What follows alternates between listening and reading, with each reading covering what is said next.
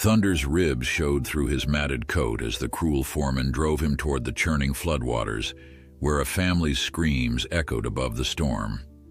The one-eyed stallion they had discarded as damaged goods was about to perform an act of heroism that would leave everyone speechless. Before we continue, don't forget to subscribe to the channel, like the video, and comment where in the world you're watching from. Let's go. The morning sun cast long shadows across the pristine grounds of Willowbrook Estates, where manicured lawns stretched like emerald carpets toward the horizon. This was the domain of Harrison Blackwood, a man whose wealth was measured not just in dollars, but in the pure-blooded horses that graced his stables. Each animal was a testament to perfection, their bloodlines traced back generations, their value calculated down to the last penny. Among all his prized possessions, none shone brighter than Thunder, a magnificent stallion whose coat gleamed like polished mahogany in the sunlight.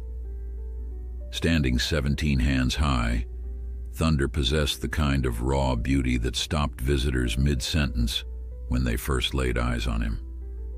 His muscles rippled beneath his silken coat with each movement, and his eyes held an intelligence that seemed almost human. When Thunder galloped across the training fields, his hooves barely seemed to touch the ground, as if he were flying rather than running. Harrison had purchased Thunder for an astronomical sum at an exclusive auction, outbidding several competitors who recognized the stallion's exceptional potential. The horse had already won 3 major competitions, earning trophies that now adorned Harrison's office like golden monuments to success. But Thunder was more than just a winner. He was the crown jewel of Harrison's empire, a living symbol of everything the wealthy businessman had achieved. On this particular morning, Thunder was being prepared for the most important race of his career. The Autumn Classic was just days away, and victory would cement Thunder's reputation as one of the finest racing horses of his generation. Harrison watched from the sidelines as his head trainer, Marcus, led Thunder through his morning exercises. The stallion moved with the fluid grace of a dancer, each stride purposeful and powerful. "Everything you own depends on this race, boy," Harrison murmured to himself, his cold gray eyes following Thunder's every movement. The businessman had wagered heavily on this competition, not just money but his reputation among the elite circles he frequented. Failure was not an option in Harrison's world, where weakness was quickly exploited, and second place might as well be last. Marcus guided Thunder toward the final jump of the training course, a modest fence that the stallion had cleared hundreds of times before. Thunder approached with his usual confidence, muscles coiling like springs as he prepared to launch himself over the obstacle. But fate had other plans that morning. A gust of wind caught a loose banner from a nearby fence post, sending it fluttering directly into Thunder's path just as he began his jump. The sudden movement startled the normally unflappable stallion. Thunder tried to adjust mid-leap, his powerful body twisting awkwardly as he attempted to avoid the unexpected obstacle. The miscalculation sent him crashing into the jump rail with tremendous force. The sickening crack of splintering wood was immediately followed by Thunder's agonized scream, a sound that cut through the morning air like a blade. Harrison rushed to the scene, his face pale with shock and fury. Thunder lay on the ground, his magnificent body trembling with pain and trauma. Blood flowed freely from a devastating wound above his right eye, where a sharp piece of the broken rail had struck him with brutal precision. The injury was horrific, but even worse was the realization that Thunder's perfect symmetry, his flawless beauty, had been forever shattered. "Get the veterinarian immediately," Harrison shouted to his staff, though his voice carried more anger than concern. As he knelt beside Thunder, his mind was already calculating the financial implications of the accident. The Autumn Classic was impossible now, and with it went all his carefully laid plans for profit and prestige. Dr. Whitmore, the most respected veterinary surgeon in the region, arrived within the hour. His examination was thorough but grimly conclusive. The damage to Thunder's eye was severe, requiring immediate surgery to prevent infection and save the horse's life. When Dr. Whitmore emerged from the makeshift operating room hours later, his expression was somber. "I've done everything I can," he told Harrison. "Thunder will live, but his right eye cannot be saved. The trauma was too extensive. We'll need to remove it completely to prevent complications." Harrison's face darkened like storm clouds gathering on the horizon. And his racing career? Dr. Whitmore shook his head slowly. "I'm afraid that's over. The depth perception issues alone would make it impossible for him to compete safely. But he can still live a good life, perhaps as a breeding stallion or a gentle riding horse for someone who appreciates his other qualities." Those words fell on deaf ears. Harrison saw only damaged goods where once had stood perfection. In his world, a one-eyed horse was no different from a broken machine, useful only for scrap metal. The thought of maintaining Thunder as anything other than a champion was not just financially unacceptable, it was personally offensive to his sense of order and perfection. That evening, as Thunder recovered from surgery with a heavy bandage covering the empty socket where his right eye had been, Harrison made his decision with the cold calculation that had built his fortune. He called his assistant with instructions that would have shocked anyone who knew the bond that often existed between horses and their owners. "Contact Henderson down at the work yards," Harrison commanded, his voice devoid of emotion. "Tell him I have a horse for sale. One-eyed but strong enough for heavy labor. I want him gone by tomorrow." The assistant hesitated, surprised by the harshness of the order. "Sir, Thunder is still a valuable animal. Perhaps we could find a better arrangement." Harrison cut him off with an icy stare. "That animal is no longer Thunder. He's damaged merchandise, and damaged merchandise has no place in my stables. Set a price that reflects his condition and sell him to whoever will take him." Through the window of his office, Harrison could see Thunder standing alone in the recovery paddock, his head hanging low with exhaustion and pain.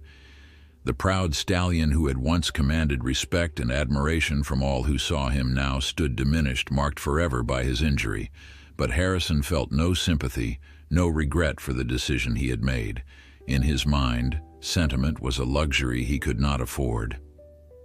As night fell over Willowbrook Estates, Thunder stood in the darkness, unaware that his life of privilege and purpose was about to end.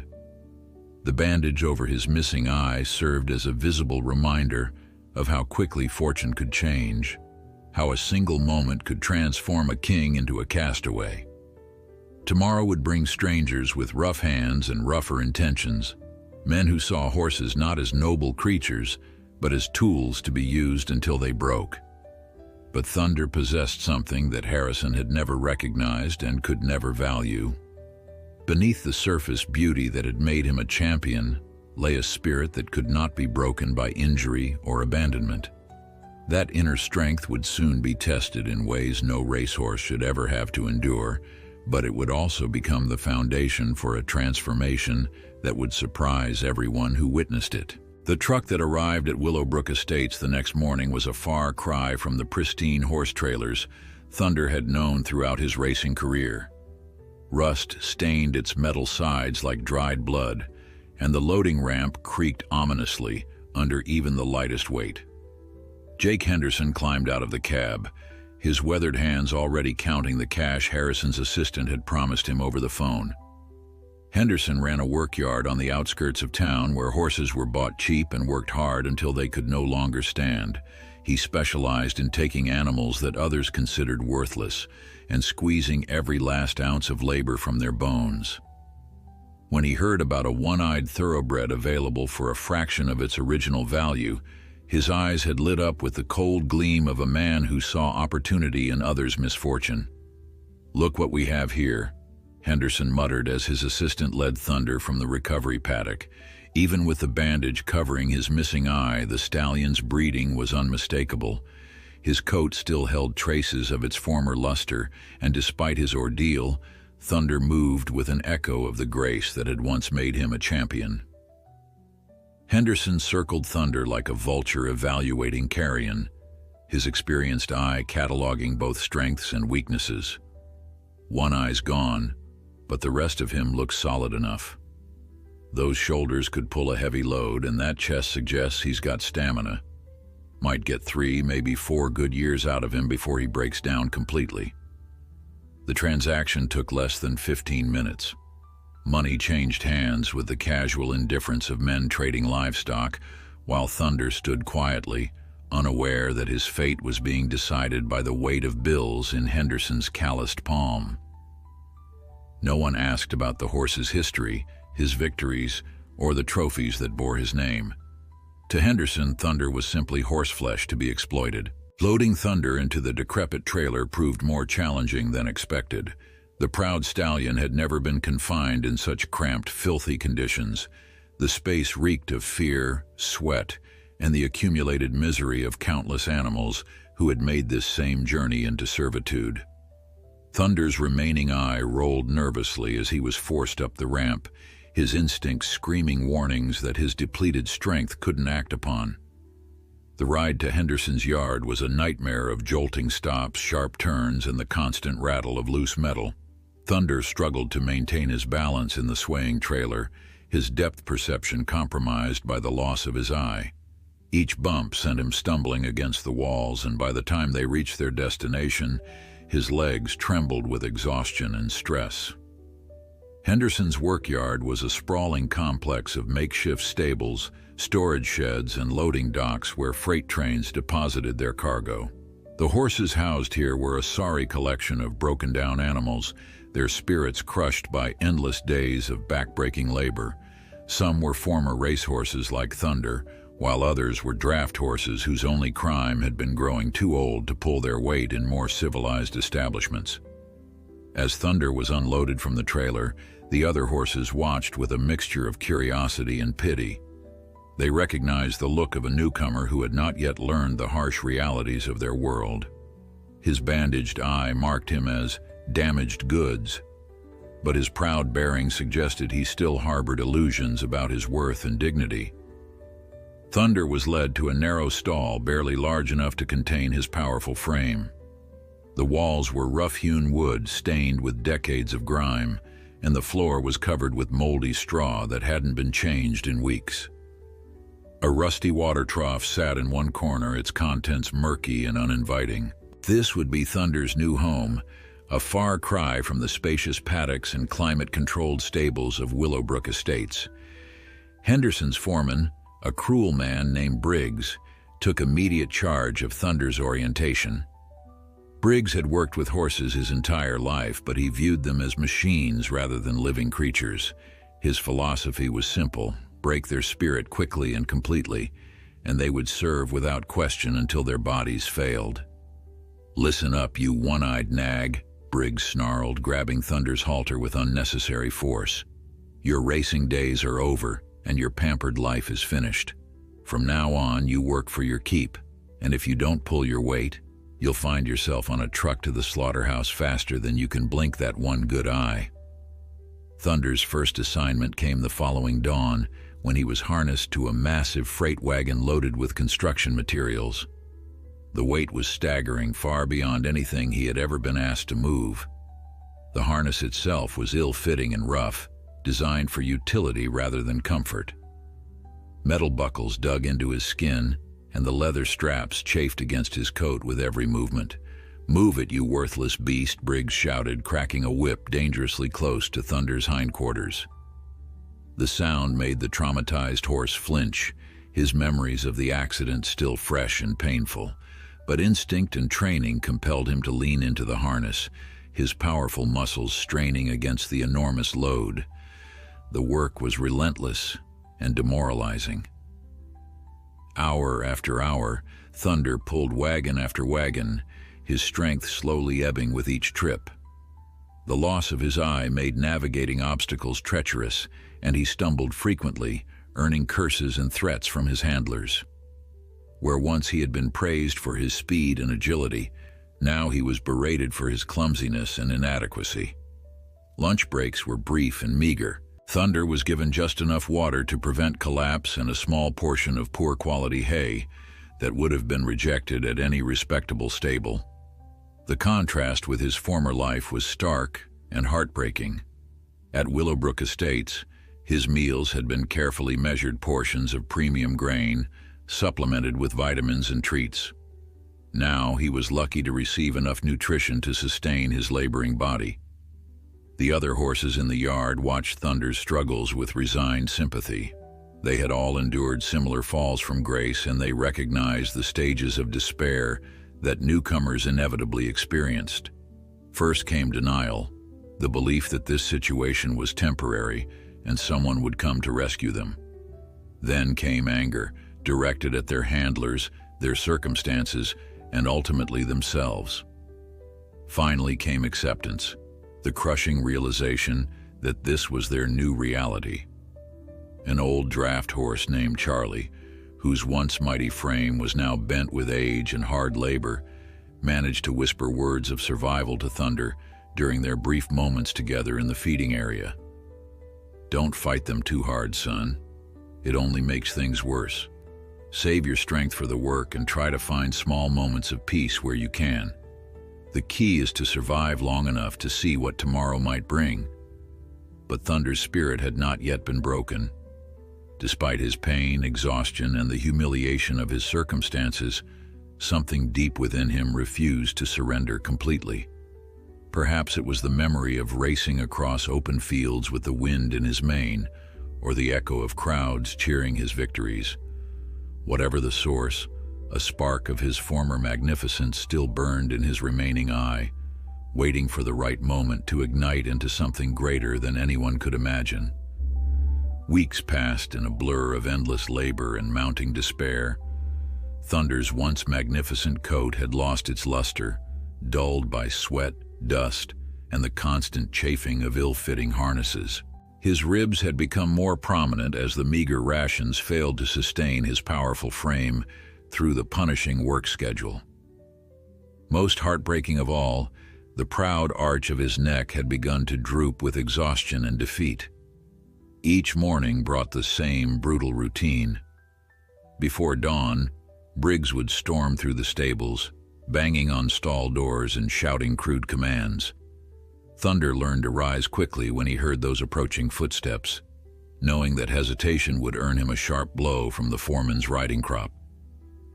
The other horses moved with the mechanical precision of the broken, their eyes vacant and their spirits crushed beyond repair. The work grew progressively harder as Henderson's clients demanded faster deliveries and heavier loads. Thunder found himself pulling wagons laden with everything from construction materials to industrial equipment, the weight often exceeding what any single horse should reasonably bear. His missing eye made every task more difficult, forcing him to rely on his remaining senses to navigate the hazardous terrain around the workyard. On this particular morning, however, something was different. The sky hung heavy with dark clouds that promised a storm unlike any the region had seen in years. The air itself seemed to crackle with electricity, and even the most hardened animals in the yard showed signs of nervous agitation. Thunder's remaining eye tracked the threatening sky, some deep instinct warning him that this day would test them all in ways they had never experienced. Briggs seemed oblivious to the gathering storm as he prepared the day's assignments.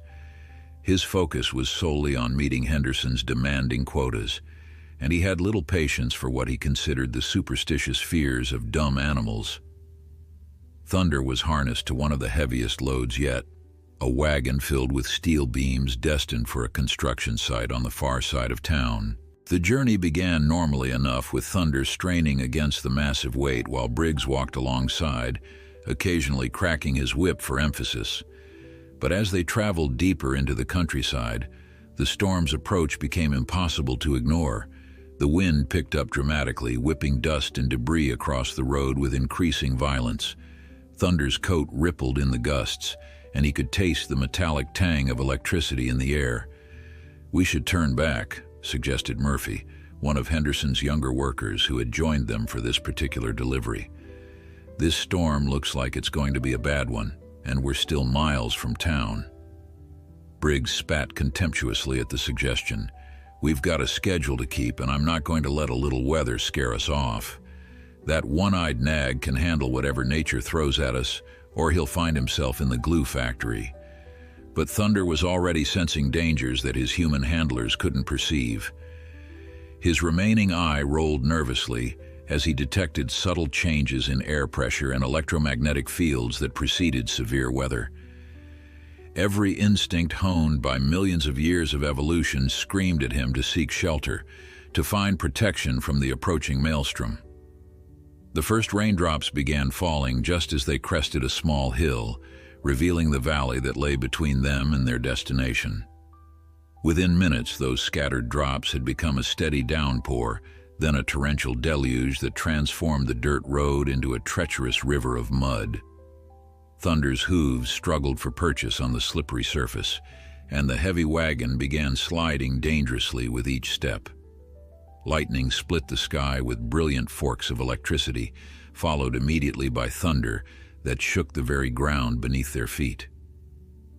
The sound triggered painful memories of Thunder's accident, and he shied violently at each explosive crash. His depth perception, already compromised by the loss of his eye, became even more unreliable in the strobing light and driving rain.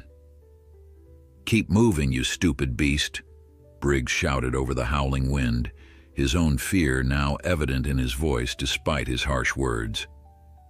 But Thunder was no longer responding to commands with his usual resigned obedience.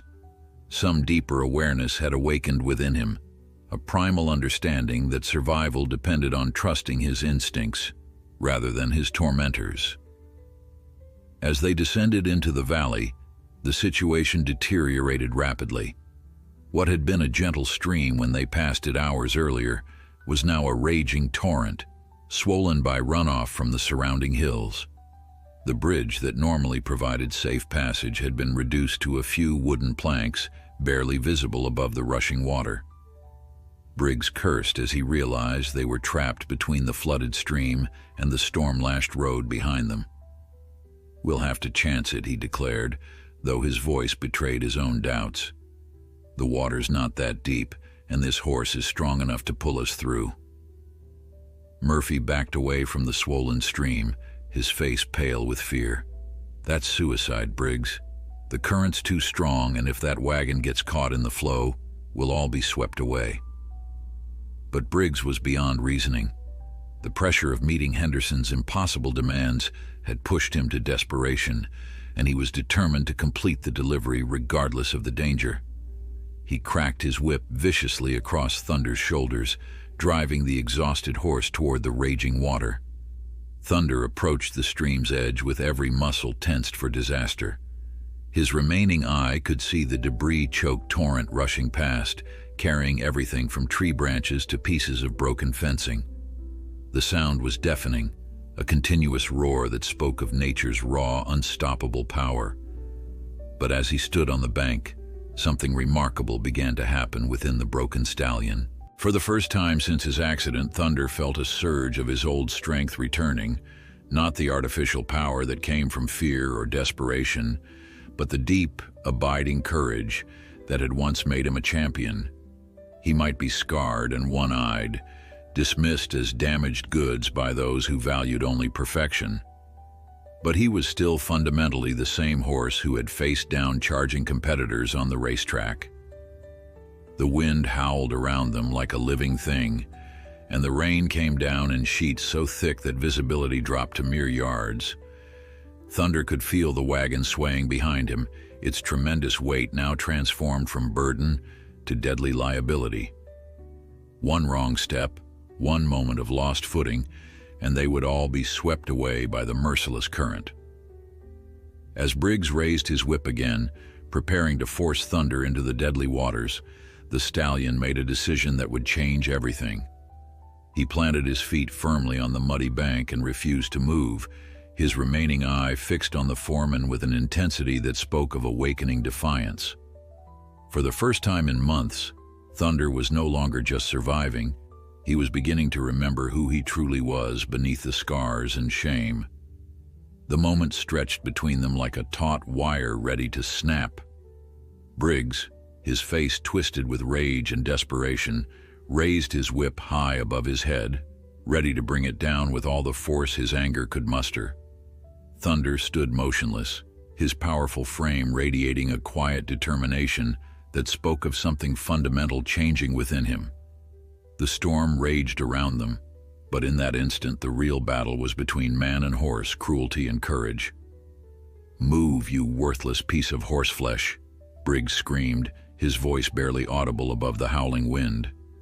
The whip came down hard across Thunder's shoulders, leaving a burning welt that added to the collection of scars he had accumulated during his months of servitude. But instead of flinching or stepping forward as expected, Thunder turned his head slightly, fixing his remaining eye on Briggs with a look that stopped the foreman cold. There was something in that gaze that Briggs had never seen before, not in Thunder, nor in any of the broken animals he had spent years tormenting into submission. It was not the dull acceptance of defeat, nor the wild panic of a cornered animal. Instead, it was the steady, measured look of a creature who had made a conscious decision to stand firm regardless of the consequences. Murphy, who had been watching the confrontation with growing unease, suddenly grabbed Briggs's arm as the foreman prepared to strike again. "Listen," he shouted, cupping his hand to his ear. "Do you hear that?" At first there was only the roar of wind and water, the continuous crash of thunder that had become the soundtrack to their ordeal. But gradually, another sound emerged from the chaos, faint but unmistakably human. Voices calling for help, growing closer with each passing moment. Through the driving rain, they could make out the dark shapes of people struggling along the opposite bank of the swollen stream. There were 6 of them, a family that had been caught in the storm while traveling to visit relatives in the next town. The father carried a young child while the mother clutched an infant to her chest, both parents trying desperately to shield their children from the worst of the weather. An elderly grandmother and grandfather completed the group, their aged legs barely able to keep pace with their family's urgent flight from danger. The bridge they had been trying to reach was completely submerged now, its wooden planks torn away by the relentless current. The family stood on the far bank in obvious distress, calling across the rushing water in hopes that someone might help them reach safety. Their voices carried a note of panic that spoke of lives hanging in the balance. "We have to help them," Murphy declared, already moving toward the water's edge, but Briggs grabbed his shoulder roughly, spinning him around. "Are you insane? That current would sweep us away in seconds. There's nothing we can do for them, and I'm not about to risk our lives for a bunch of strangers." But Thunder had already begun to move. Without waiting for commands or permission, the scarred stallion stepped carefully into the rushing water, his remaining eye fixed on the stranded family across the stream. The current immediately tried to claim him, swirling around his legs with tremendous force, but Thunder planted his feet and held his position with the same determination he had once shown on the racetrack. "What's he doing?" Murphy gasped, watching in amazement as Thunder continued his slow, deliberate advance into the torrent. The horse moved with calculated precision, testing each step before committing his full weight, using his remaining eye to judge distances and currents with remarkable accuracy. Briggs stared in disbelief as the horse he had dismissed as broken goods demonstrated a level of courage and intelligence that put his own cowardice to shame. "Get back here, you stupid animal. This isn't your problem." But Thunder was beyond hearing such petty concerns. For the first time since his accident, he had found a purpose greater than mere survival. The family across the water needed help, and despite his scars, his missing eye, and his months of degradation, he was still capable of being their salvation. The crossing was treacherous beyond imagination. The water rose to Thunder's chest, its icy fingers trying to drag him downstream with every step. Debris carried by the current struck him repeatedly, leaving new cuts and bruises on his already battered body. Twice he stumbled, his depth perception betraying him in the chaos of rushing water and driving rain, but each time he regained his footing through sheer force of will. Behind him, the heavy wagon acted like an anchor, its massive weight actually helping to stabilize his position against the current's pull. What had been a burden during his months of servitude now became an asset, providing the extra resistance he needed to maintain his course across the deadly stream. The family watched his approach with a mixture of hope and terror. They could see the tremendous effort it was costing the one-eyed horse to reach them, and they understood instinctively that this scarred animal was risking everything to save them.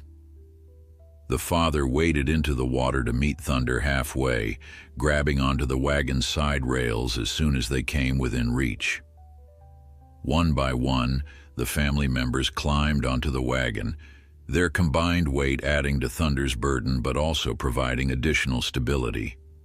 The elderly grandparents required assistance, their aged joints stiff with cold and fear, while the mother cradled her infant protectively against the driving rain. The young child, perhaps 4 years old, looked up at Thunder with wide, wondering eyes, somehow recognizing the nobility beneath the horse's scarred exterior. The return journey was even more perilous than the crossing. Now Thunder carried not just the weight of steel beams, but the precious cargo of human lives, each one depending entirely on his strength, courage, and determination. The current seemed to sense his increased vulnerability, attacking with renewed fury as if nature itself resented his defiance of its power. Step by agonizing step, Thunder fought his way back across the torrent. His muscles screamed with exhaustion, his lungs burned with effort, and his remaining eyes streamed with a mixture of rain and tears brought on by the tremendous strain.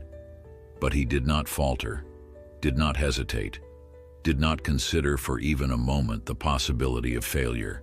When Thunder's hooves finally touched solid ground on the near bank, a cheer went up from both the rescued family and Murphy, who had watched the entire rescue with growing amazement. Even Briggs stood speechless, his cruel words forgotten in the face of such extraordinary heroism. The one-eyed workhorse had just accomplished something that would be talked about for generations to come, transforming himself from victim to hero in a single magnificent act of selfless courage. The silence that followed Thunder's miraculous rescue was profound, broken only by the steady patter of rain and the distant rumble of thunder moving away across the valley. The storm that had threatened to claim so many lives was finally beginning to subside, as if nature itself recognized that its fury had been conquered by something far greater than wind and water. Thunder stood motionless beside the wagon, his great chest heaving with exhaustion, steam rising from his soaked coat in the cooling air. Every muscle in his powerful frame trembled with the aftershock of supreme effort, and his remaining eye held a distant look, as if he were still processing the magnitude of what he had just accomplished.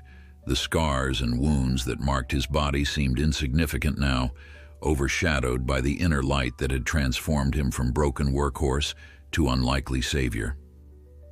The rescued family gathered around Thunder with tears of gratitude streaming down their faces.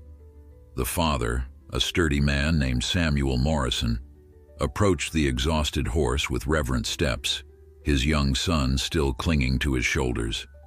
Samuel had seen many things in his 43 years as a farmer and father, but nothing had prepared him for witnessing such extraordinary courage from an animal that society had deemed worthless. "You magnificent creature," Samuel whispered, his voice thick with emotion as he gently placed his hand on Thunder's neck. "You saved us all. You risked everything for complete strangers, and we will never forget what you've done." The young boy in Samuel's arms reached out tentatively to touch Thunder's muzzle, his small fingers tracing the battle scars that told the story of hardship and perseverance. The child seemed to understand instinctively that this was no ordinary horse, but a hero whose worth could not be measured by conventional standards. "His name is Thunder," Murphy said quietly, stepping forward with newfound respect evident in his voice. At least that's what they called him when he was a racehorse before the accident that took his eye. The elderly grandmother, whose weathered hands spoke of a lifetime of hard work and simple faith, hobbled closer to Thunder despite her exhaustion. She had lived through enough storms and hardships to recognize true nobility when she saw it, regardless of what form it took. "This horse has the heart of a lion," she declared, her aged voice carrying the authority of accumulated wisdom. "Mark my words, this is no ordinary animal. The good Lord sent him to us in our hour of need, and he answered that call without hesitation." Even Briggs, who had spent years crushing the spirits of animals under his care, found himself speechless in the face of Thunder's heroism. The foreman who had called the stallion worthless and threatened him with the slaughterhouse now stood staring at the same creature with something approaching awe. For the first time in his cruel career, Briggs was forced to confront the possibility that he had been fundamentally wrong about the nature of worth and value. Murphy, meanwhile, was already thinking beyond the immediate miracle they had witnessed. As Henderson's employee, he knew that word of this rescue would spread quickly throughout the region, and he suspected that Thunder's life was about to change dramatically once again. "We need to get you all to shelter and medical attention," Murphy said to the Morrison family, though his eyes remained fixed on Thunder with growing concern. The horse had given everything he had to save these people, and the physical toll was becoming increasingly evident. Thunder's coat, once glossy with health and pride, now clung to his frame like a second skin, revealing the harsh reality of months spent in inadequate conditions.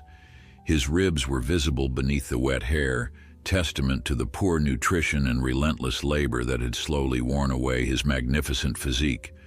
But most alarming was the way he swayed slightly on his feet, his tremendous exertion having pushed his weakened body to its absolute limits. The young mother, Rebecca Morrison, noticed Thunder's condition with the sharp eye of someone accustomed to caring for vulnerable beings. Still clutching her infant daughter, she moved closer to examine the exhausted stallion with genuine concern. "This poor animal is completely spent," she said, her maternal instincts extending naturally to the creature who had saved her family. "Look at him, he's practically dead on his feet. When was the last time he had a proper meal or a warm, dry place to rest?" Murphy felt a flush of shame as he realized how Thunder's heroism had highlighted the inexcusable conditions at Henderson's workyard. "This horse has been pulling heavy loads for months on short rations," he admitted reluctantly. "Henderson runs a business, not a charity. Animals are expected to earn their keep or find themselves replaced." Samuel Morrison's expression darkened at this revelation. "You mean to tell me that this magnificent creature who just risked his life to save my family has been treated as nothing more than a beast of burden? That's unconscionable." The conversation was interrupted by the sound of approaching hoofbeats and wagon wheels splashing through the muddy road. Word of the dramatic rescue had already begun to spread, carried by travelers who had witnessed the aftermath of Thunder's heroic crossing. A small crowd was gathering, drawn by curiosity and amazement at the story of the one-eyed horse who had defied death to save a family of strangers. Among the new arrivals was Dr. Matthews, the local veterinarian, who had been summoned by someone who recognized that Thunder needed immediate medical attention. The doctor dismounted from his horse and approached the exhausted stallion with professional concern, his experienced eyes taking in every detail of Thunder's condition. "This animal is in serious distress," Dr. Matthews announced after a brief examination. "He's severely dehydrated, undernourished, and has pushed himself far beyond safe limits. Without immediate care and proper rest, he could suffer permanent damage or worse." Samuel Morrison exchanged a meaningful look with his wife, and in that silent communication, a decision was made that would alter the course of Thunder's life once again. But this time, the change would be driven not by cruelty or indifference, but by gratitude, compassion, and a recognition of true worth that transcended physical imperfection. The storm clouds were finally breaking apart, allowing shafts of golden sunlight to pierce through and illuminate the scene. Thunder stood at the center of it all, no longer the broken reject that Harrison Blackwood had discarded, but a hero whose courage had revealed the hollowness of society's obsession with superficial perfection. Word of Thunder's heroic rescue spread through the valley like wildfire. By evening, despite the lingering effects of the storm, people began arriving from neighboring farms and the nearby town of Millbrook, all eager to see the one-eyed horse who had defied death to save the Morrison family. What they found was a scene that would be etched into their memories forever, challenging everything they thought they knew about worth, value, and the true meaning of heroism. Thunder stood in a makeshift shelter that Dr. Matthews had insisted upon, his magnificent frame still trembling with exhaustion. The veterinarian worked quietly beside him, cleaning wounds and administering fluids to combat the severe dehydration that threatened the stallion's life. Each person who approached was struck by the same profound realization. This was no ordinary workhorse, but a creature of extraordinary nobility, whose spirit had somehow survived months of degradation and abuse. Margaret Sullivan, the town's elderly schoolteacher, was among the first to arrive. She had taught 3 generations of local children, instilling in them lessons about courage, compassion, and standing up for what was right.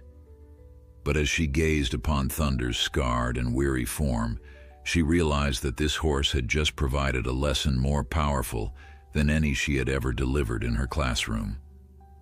"Look at him," she whispered to her companion, tears flowing freely down her weathered cheeks. Society cast him aside because he wasn't perfect anymore, treated him like he was worthless.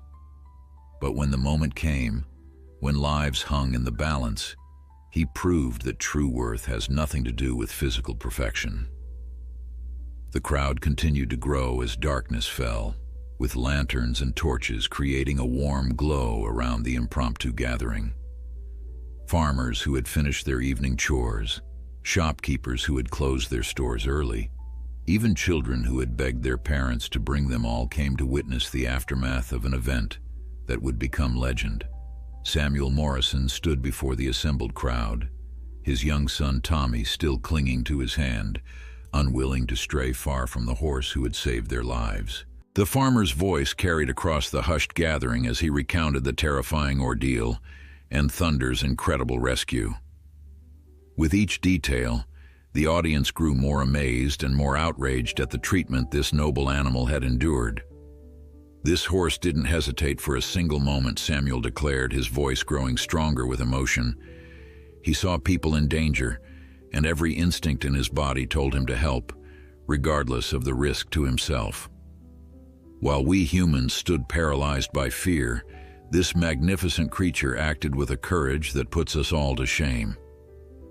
Young Tommy Morrison, who had remained unusually quiet since the rescue, suddenly broke free from his father's grip and walked directly to Thunder's side. The 4-year-old boy placed his small hand against the stallion's neck and looked up at the gathered crowd with the unwavering honesty that only children possess. "He's not broken," Tommy announced in his clear, innocent voice. "His eye is gone, but his heart is bigger than anybody's. He saved us when the water was scary, and he didn't even know our names." The simple truth of the child's words hit the crowd like a physical blow. Here was a horse who had been discarded as damaged goods, sold to the lowest bidder, and forced into brutal servitude. Yet when faced with human suffering, he had responded with selfless heroism that few people could match. Dr. Matthews emerged from his examination with a grim expression that sobered the celebratory mood. The crowd fell silent as the respected veterinarian prepared to share his findings, many fearing the worst after witnessing Thunder's obvious distress. "This animal is in serious condition," Dr. Matthews announced, his professional composure barely concealing his anger at what he had discovered. "He's severely malnourished, suffering from chronic fatigue, and showing signs of prolonged stress and abuse. The fact that he found the strength to perform such a rescue in his current state is nothing short of miraculous." The doctor's words sparked a murmur of outrage among the assembled people. Many had suspected that Henderson's workyard was no place for proper animal care, But hearing the extent of Thunder's suffering from a respected professional confirmed their worst fears. Furthermore, Dr. Matthews continued, his voice rising with indignation, this horse was clearly a thoroughbred of exceptional quality before his accident. The bone structure, muscle development, and overall conformation all indicate that he was once a valuable racing animal. Someone deliberately chose to discard him rather than provide proper care after his injury. A voice from the back of the crowd called out a question that had been on everyone's mind. What can we do about it? We can't just let him go back to that place to be worked to death. Samuel Morrison stepped forward again, his jaw set with determination. My family owes this horse our lives, and I'll be damned if I'm going to let him suffer one more day of mistreatment. I may not be a wealthy man, but I have some savings, and I'm prepared to buy him from Henderson right now. His wife Rebecca nodded emphatically, despite the fact that such a purchase would strain their modest farm budget significantly. Money is just paper and coins, she said firmly. What this horse gave us today is priceless, and we'll find a way to make it work. But before Samuel could act on his generous impulse, another voice spoke up from the crowd. It belonged to Judge Harrison Whitmore, one of the most respected men in the county, whose own farm bordered the Morrison property. Sam, your heart is in the right place, the judge said with quiet authority. But this situation calls for something more substantial than individual charity. This horse has shown us something profound about courage and nobility, and our response needs to match the magnitude of his sacrifice. Judge Whitmore stepped into the circle of lantern light, his distinguished bearing commanding attention from every person present. What I propose is this. We form a community fund to not only purchase this horse, but to provide him with the care and respect he deserves for the rest of his life. Every family here has been touched by his story, and I believe every family would be honored to contribute to his well-being. The response was immediate and overwhelming. Hands shot up throughout the crowd as people volunteered not just money but labor, veterinary care, feed, and whatever else might be needed to ensure Thunder's recovery and future happiness. In a matter of minutes, enough pledges had been made to cover not only Henderson's asking price but years of premium care. Thunder, still weak but somehow sensing the love and admiration surrounding him, lifted his head slightly and gazed out at the crowd with his remaining eye. In that moment, every person present understood that they were witnessing something far greater than a simple rescue story. They were seeing the transformation of a broken-down workhorse into a symbol of hope, courage, and the triumph of spirit over circumstance. The confrontation with Jake Henderson came at dawn, when the early morning mist still clung to the valley floor like ghostly fingers, reluctant to release their hold on the earth. Judge Whitmore led a delegation of 12 respected community members to Henderson's workyard, their faces set with grim determination. Behind them followed Dr. Matthews in his medical wagon, prepared to transport Thunder to safety the moment the legal formalities were completed. Henderson emerged from his ramshackle office with the swagger of a man accustomed to intimidating those who challenged his authority. His clothes were wrinkled from sleeping off the previous night's drinking, and his bloodshot eyes darted nervously between the assembled faces.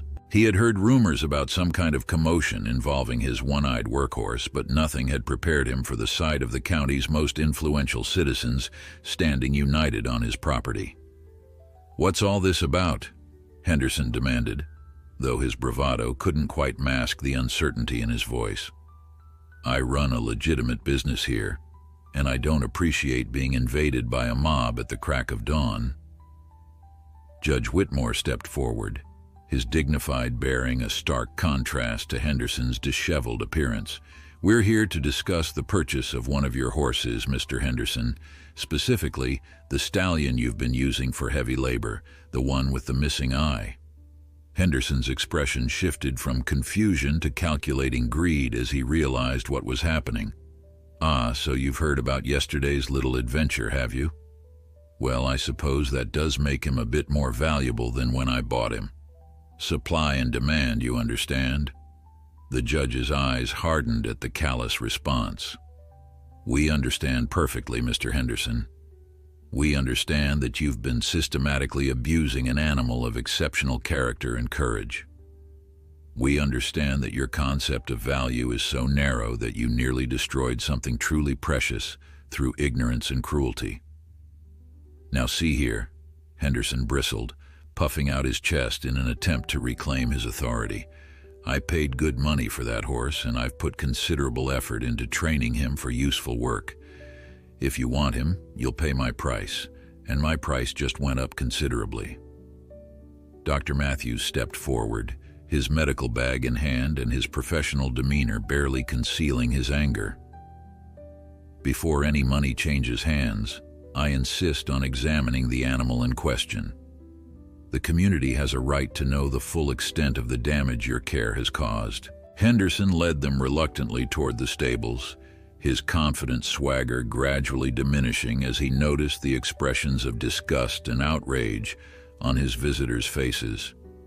The workyard looked even more deplorable in the harsh light of morning, with its ramshackle buildings, debris-strewn grounds, and the obvious signs of neglect that marked every aspect of the operation. Thunder stood in his narrow stall, his magnificent head hanging low with exhaustion that went far beyond physical fatigue.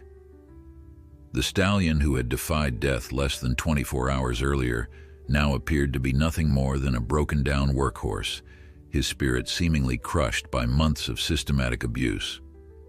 But when he heard familiar voices approaching, something stirred in his remaining eye, a flicker of recognition and hope. Samuel Morrison was the first to reach Thunder's stall, followed closely by his young son Tommy, who had insisted on coming despite his parents' concerns. The boy slipped between the adults and pressed his face against the rough wooden slats, his small hands reaching through to touch Thunder's muzzle.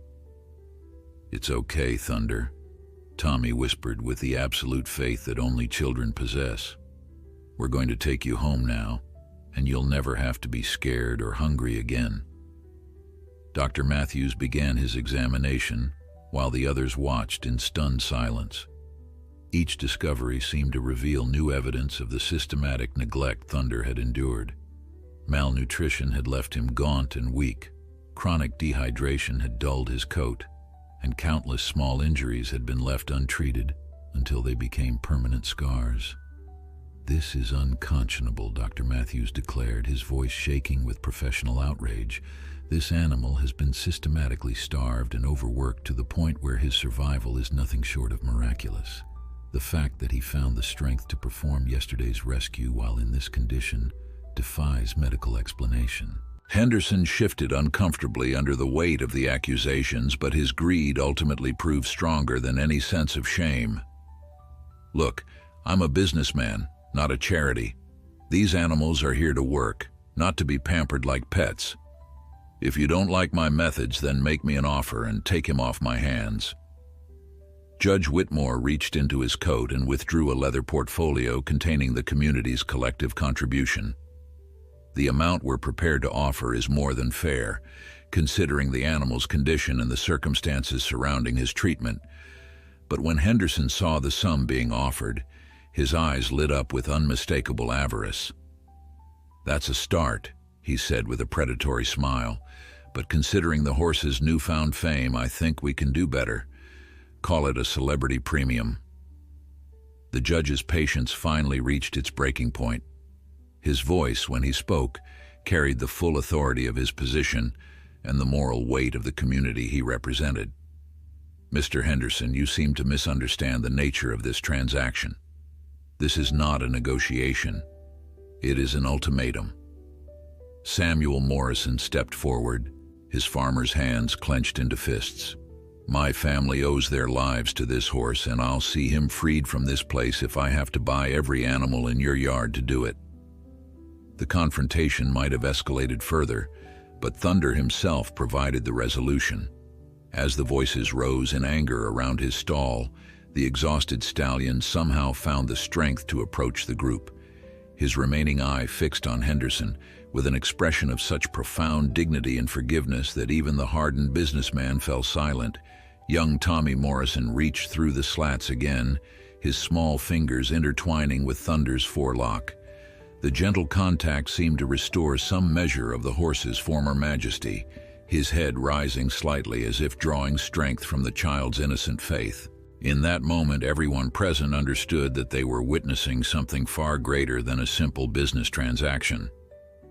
This was about redemption, both for a horse who had been cast aside as worthless, and for a community that had allowed such treatment to continue unchallenged. Henderson, faced with the combined moral pressure of the community's most respected citizens, and perhaps experiencing the first stirrings of conscience he had felt in years, finally capitulated. "Fine," he muttered, unable to meet Thunder's steady gaze. "Take him and good riddance." The transfer of ownership took less than an hour, but for Thunder, it marked the beginning of a new chapter in a life that had already overcome impossible odds. The journey from Henderson's workyard to Judge Whitmore's Peaceful Valley Ranch was a revelation for Thunder, though his weakened condition made it difficult for him to fully appreciate the significance of his changing circumstances. The specially cushioned wagon that Dr. Matthews had arranged was a far cry from the harsh, rattling contraptions he had endured during his months of servitude. Soft blankets protected his scarred hide from the wooden sides, and fresh hay provided a comfortable bed for the journey. Young Tommy Morrison had insisted on riding alongside Thunder in the wagon, his small hand resting protectively on the stallion's neck throughout the 30-minute trip. The boy's presence seemed to provide Thunder with an anchor of calm, a reminder that not all humans brought pain and exhaustion. Tommy spoke in soft, continuous whispers, telling Thunder about the green pastures he was going to see, the fresh water that would always be available, and the warm stall where he could rest without fear of the whip. Judge Whitmore's ranch was everything Henderson's workyard was not. Rolling hills covered in emerald grass stretched to the horizon, broken by groves of ancient oak trees that provided natural shelter from both sun and storm. White-painted fences defined spacious paddocks where a small herd of retired horses grazed contentedly, their coats gleaming with health and their eyes bright with the peace that came from genuine care. The stable complex was a masterpiece of design and function, built of solid timber and designed with the comfort of its equine residents as the primary consideration. Each stall was spacious enough for a horse to move freely, with high windows that allowed natural light to filter through. The floors were covered with thick bedding that was changed regularly, and automatic water systems ensured that fresh, clean water was always available. Dr. Matthews had prepared the finest stall in the complex for Thunder's arrival, equipped with special padding to ease the pressure on his aching joints and a heating system to help restore his depleted body temperature. As Thunder was carefully led from the wagon to his new quarters, several of the ranch's longtime residents came to the fence lines to observe the newcomer with curious but gentle eyes. The first few days of Thunder's recovery were touch and go. Dr. Matthews visited twice daily, monitoring every aspect of the stallion's condition with the dedication of a physician treating a beloved patient.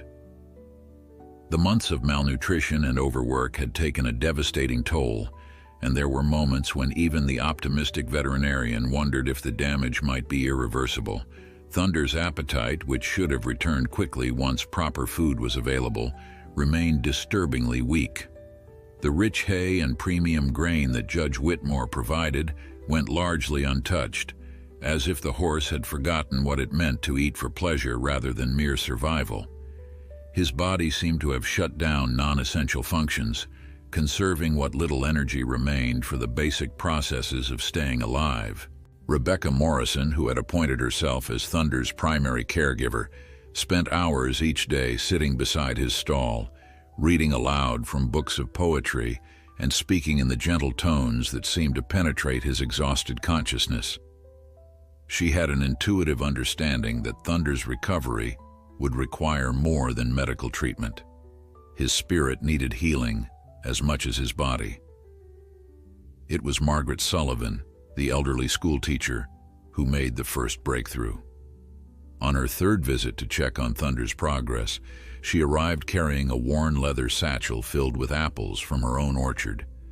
The sweet scent seemed to stir something deep in Thunder's memory, perhaps echoing happier times when treats were offered freely rather than earned through suffering. "Come now, hero," Margaret whispered, extending a perfect red apple toward Thunder's muzzle. "You saved lives with that magnificent heart of yours. Surely you can find the strength to take a simple apple from an old woman who admires you." For long moments, Thunder remained motionless, his remaining eye fixed on the offered fruit, with an expression that seemed to weigh the risk of hope against the safety of despair. Then, almost imperceptibly, his head moved forward until his lips touched the apple's smooth skin. The first bite was tentative, cautious, but the familiar sweetness seemed to awaken something that had been dormant for months. Word of Thunder's improved appetite spread quickly through the community, and soon a steady stream of visitors arrived bearing gifts of carrots, apples, sugar cubes, and other delicacies. Each offering was presented with the reverence due to a genuine hero, and gradually Thunder began to understand that these gestures came from gratitude rather than expectation of labor in return. Young Tommy Morrison became Thunder's most faithful companion, arriving each morning before school and returning each afternoon to spend time in the stall. The boy had an uncanny ability to sense Thunder's moods and needs, often bringing books to read aloud or simply sitting in comfortable silence while the healing horse rested. Their bond deepened with each passing day, built on the foundation of shared survival and mutual understanding. As Thunder's physical condition gradually improved, other changes became evident. His coat, which had been dull and brittle from malnutrition, began to show traces of its former luster. The proud arch of his neck, beaten down by months of harsh treatment, slowly returned as proper nutrition rebuilt his muscle mass. Most remarkably, the light in his remaining eye grew brighter each day, reflecting a spirit that refused to be permanently extinguished. Dr. Matthews documented every aspect of Thunder's recovery with scientific precision, but even he was amazed by the stallion's resilience. The horse, who had been written off as damaged goods, was demonstrating a capacity for healing that defied medical expectations. It became clear that Thunder's heroic rescue had been not an aberration, but a glimpse of the magnificent creature that still existed beneath the scars and trauma. 3 weeks into his recovery, Thunder achieved a milestone that brought tears to the eyes of everyone who witnessed it. For the first time since his arrival at Peaceful Valley Ranch, he walked freely around his paddock, moving with something approaching his former grace. The limp from old injuries remained, and his missing eye would always affect his balance, but there was unmistakable dignity in his movement that spoke of a spirit restored to wholeness.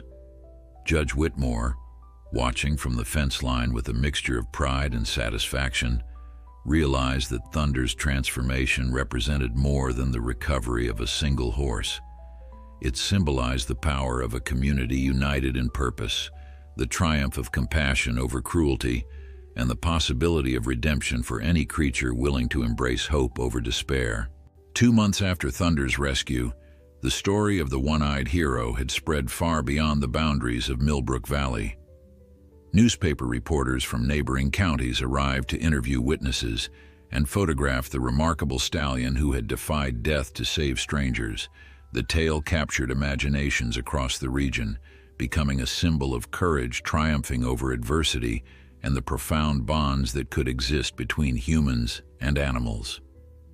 Thunder himself seemed to understand his newfound celebrity status, carrying himself with a dignity that was all the more impressive given his visible scars.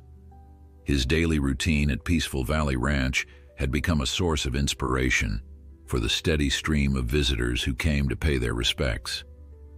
Children pressed against the fence rails, their eyes wide with wonder as they gazed upon the legendary horse who had risked everything for people he didn't even know. The transformation in Thunder's appearance was nothing short of miraculous. Proper nutrition had restored the powerful muscle definition that marked him as a true thoroughbred, and his coat now gleamed with the lustrous health that had once made him Harrison Blackwood's pride. Though his missing eye remained a permanent reminder of his past trauma, it no longer seemed like a disfigurement, but rather a badge of honor that spoke to his journey from perfection through suffering to genuine heroism. Young Tommy Morrison had become Thunder's unofficial ambassador, delighting visitors with stories of their friendship and demonstrating the remarkable trust that had developed between boy and horse.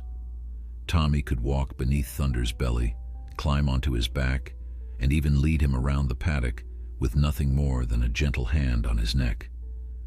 The sight never failed to move observers, who recognized that such trust could only exist between souls that had touched something profound in each other. It was on a crisp autumn morning when the leaves were turning gold and crimson on the surrounding hills that the past came calling in the form of Harrison Blackwood. The wealthy businessman arrived at Peaceful Valley Ranch in his customary style, driving an expensive automobile and dressed in the finest clothes money could buy. But there was something different about his demeanor, a nervous energy that suggested his visit was motivated by more than casual curiosity. Judge Whitmore greeted his unexpected guest with the formal courtesy that his position demanded, though his eyes held a wariness born of experience with men like Blackwood. Harrison's reputation for ruthless business practices and his treatment of Thunder were well known throughout the region, making his presence at the ranch a source of immediate concern. "Judge Whitmore," Harrison began without preamble, his voice carrying the authority of a man accustomed to getting what he wanted, "I've come about the horse you have here, the one that's been causing such a stir in the newspapers. I believe there's been a misunderstanding about his ownership." The judge's expression hardened as he realized the true purpose of the visit. "There's no misunderstanding, Mr. Blackwood. The horse was legally purchased from Jake Henderson, who had acquired him through legitimate channels. All documentation is in order." Harrison's smile was cold and calculating. But you see, Henderson never had clear title to that animal. The horse was supposed to be sold only for breeding purposes, not for commercial labor. The sale to Henderson violated the terms of my original contract, making any subsequent transactions invalid. It was a lie, of course, but Harrison had spent sleepless nights crafting legal arguments that might allow him to reclaim the horse whose heroism had made him valuable once again. The thought of Thunder bringing glory and profit to others while he received nothing was more than his pride could bear. Judge Whitmore studied Harrison with the penetrating gaze that had served him well during decades on the bench. "Even if your claims had merit, which I seriously doubt, the question remains, why do you want him back now? You discarded this horse when you deemed him imperfect. You sold him for a pittance to a man who nearly worked him to death. What possible justification could you have for claiming him now?" Harrison's mask of civility slipped slightly, revealing the naked greed beneath. "That animal represents a significant investment, and his recent notoriety has only increased his value. Whatever happened to him after I sold him is irrelevant. The fact remains that he is a valuable asset, and valuable assets belong with those who can properly exploit their potential." The conversation was interrupted by the sound of approaching hoofbeats. Thunder himself appeared at the paddock fence, his intelligent eye taking in the scene with an awareness that seemed almost human. Behind him trotted Tommy Morrison, who had been brushing the stallion's coat when he sensed something amiss. The boy's presence immediately shifted the dynamic of the confrontation. Tommy walked fearlessly to Thunder's side, his small hand resting protectively on the horse's neck as he studied the stranger with the instinctive wariness that children often display toward adults with questionable intentions. Harrison stared at Thunder with a mixture of amazement and calculation. The horse who stood before him bore little resemblance to the broken animal he had discarded months earlier. This was clearly a thoroughbred of exceptional quality, his breeding evident in every line of his powerful frame.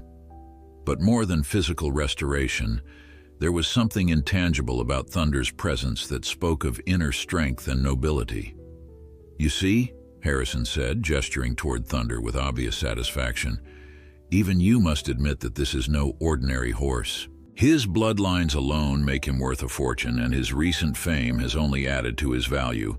Surely you can understand why I would want to reclaim such a valuable asset." Tommy Morrison, who had been listening to the conversation with growing indignation, suddenly stepped forward with the fearless honesty that only children possess. "You're the mean man who threw Thunder away when he got hurt, aren't you? You don't care about him at all. You just want to take him away from people who love him." The simple truth of the child's words hit Harrison like a physical blow. Here was a boy who had formed a bond with Thunder based on genuine affection and respect, while Harrison saw only dollar signs and business opportunities. The contrast was stark and uncomfortable, forcing him to confront the hollow nature of his own motivations. Judge Whitmore seized the moment to deliver his verdict. "Mr. Blackwood, this horse has found a home where he is valued for his character rather than his commercial potential. Whatever legal claims you believe you may have, I can assure you that this community will not allow Thunder to be removed from an environment where he is genuinely cared for and returned to one where he would be exploited." The standoff between Harrison Blackwood and the defenders of Thunder's freedom lasted only moments longer, but it was long enough for the rest of the community to rally to their hero's defense.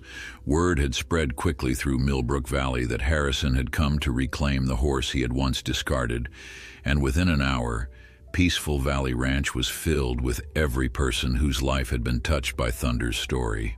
Samuel Morrison arrived with his entire family, their faces set with the determination of people who would not allow their savior to be taken away. Dr. Matthews came carrying a thick folder of medical records that documented the extent of Thunder's abuse under Henderson's care. Margaret Sullivan brought her entire classroom of students who had studied Thunder's story as a lesson in courage and perseverance. Even the sheriff appeared, not to arrest anyone, but to ensure that justice prevailed in whatever form it might take. Harrison found himself surrounded by a sea of faces united in their opposition to his claims. These were not wealthy or powerful people, but they possessed something that all his money could never buy: a genuine love for a creature who had proven that true worth could not be measured in dollars or defined by physical perfection. Judge Whitmore stepped forward to address the crowd, his voice carrying the authority of both his legal position and his moral conviction. "Friends and neighbors, we are faced today with a choice that will define who we are as a community. Mr. Blackwood has come to claim Thunder, the horse who risked his life to save the Morrison family and who has since become a symbol of hope and courage for all of us." The judge paused, allowing his words to sink in before continuing.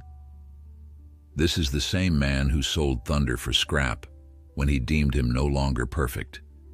The same man who condemned him to months of abuse and neglect. Now that Thunder has proven his extraordinary worth through heroism rather than racing victories, Mr. Blackwood wants him back as a profitable investment." A murmur of anger rippled through the crowd, but Judge Whitmore raised his hand for silence. "The question before us is simple. Do we allow greed and exploitation to triumph over love and redemption? Do we permit Thunder to be treated once again as mere property, or do we stand together to protect a creature who has given us so much?" Harrison, sensing the mood of the crowd turning decisively against him, made one final attempt to assert his claim. "This is all very touching, but sentiment doesn't change the law. That horse represents valuable property, and I have rights as his original owner." It was then that Thunder himself provided the most eloquent response to Harrison's demands. The magnificent stallion walked slowly to the fence, his remaining eye fixed on the man who had once owned him. There was no fear in his gaze, no submission or recognition of authority. Instead, there was something far more powerful: complete indifference to the claims of someone who had forfeited all right to his loyalty. Thunder turned away from Harrison, and approached young Tommy Morrison, lowering his great head until the boy could embrace his neck. The gesture was simple but profound, a clear declaration of where his allegiance lay. The crowd watched in reverent silence as horse and child shared a moment of perfect understanding, two souls who had found healing in each other's presence. Dr. Matthews stepped forward with his medical records, his professional demeanor reinforced by righteous anger.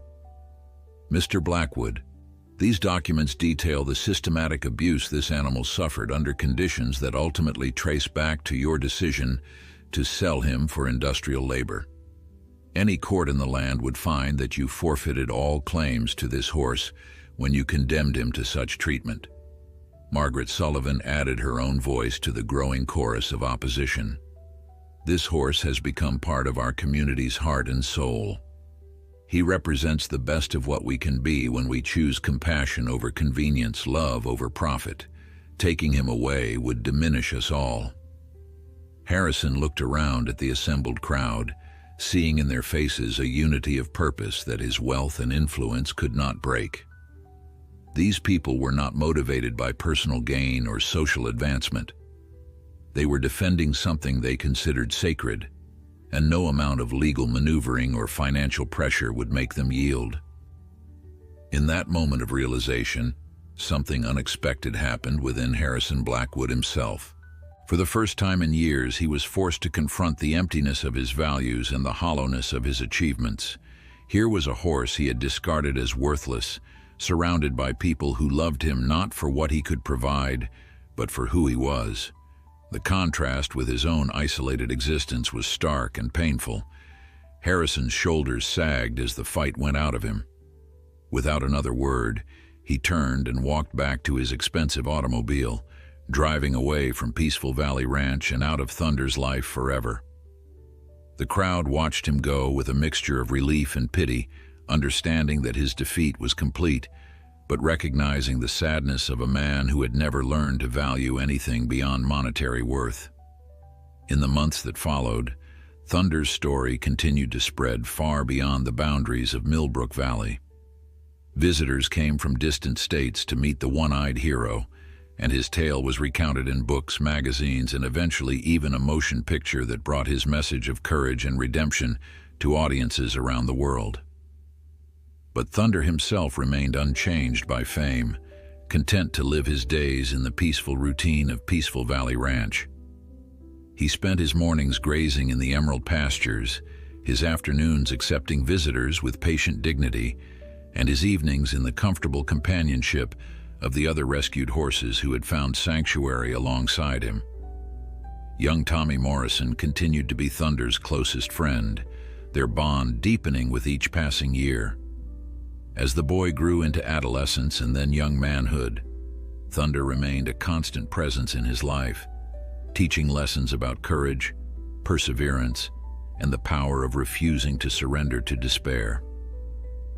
On quiet evenings, when the last visitors had departed and the ranch settled into peaceful silence, Thunder would often stand at the fence overlooking the valley where his greatest triumph had occurred. His remaining eye would gaze across the landscape where he had once faced death to save strangers, and in that steady gaze was the satisfaction of a life lived with purpose and meaning. Thunder had begun his journey as a symbol of perfection, became a victim of society's rejection of imperfection, and ultimately transformed into something far greater. A living reminder that true heroism has nothing to do with physical appearance and everything to do with the willingness to risk everything for the sake of others. His legacy lived on in every person who heard his story and was inspired to look beyond surface appearances to find the hero that might be waiting within themselves or others. Thunder had proven that being broken does not mean being worthless, that love can heal the deepest wounds, and that sometimes the greatest heroes are those who have overcome the greatest obstacles. The one-eyed workhorse had indeed become a hero, not despite his imperfections, but because of how he had risen above them to touch the hearts of all who knew his story.